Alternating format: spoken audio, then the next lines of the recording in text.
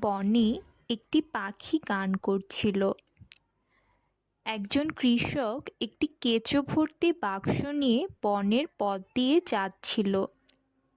যাবার সময় পাখি তাকে জিজ্ঞেস করলো, তোমার বাক্সে কি আছে এবং তুমি কোথায় যাচ্ছ? কৃষক জবাব দিল যে সে বাজারে এই কেঁচো বিক্রি করে কিছু পালক কিনবে। পাখি বলল, আমার অনেক পালক আছে, আমি সেগুলোর থেকে কয়েকটি তোমাকে দেব, তুমি আমাকে ওই কেঁচোগুলো দিও প্লিজ।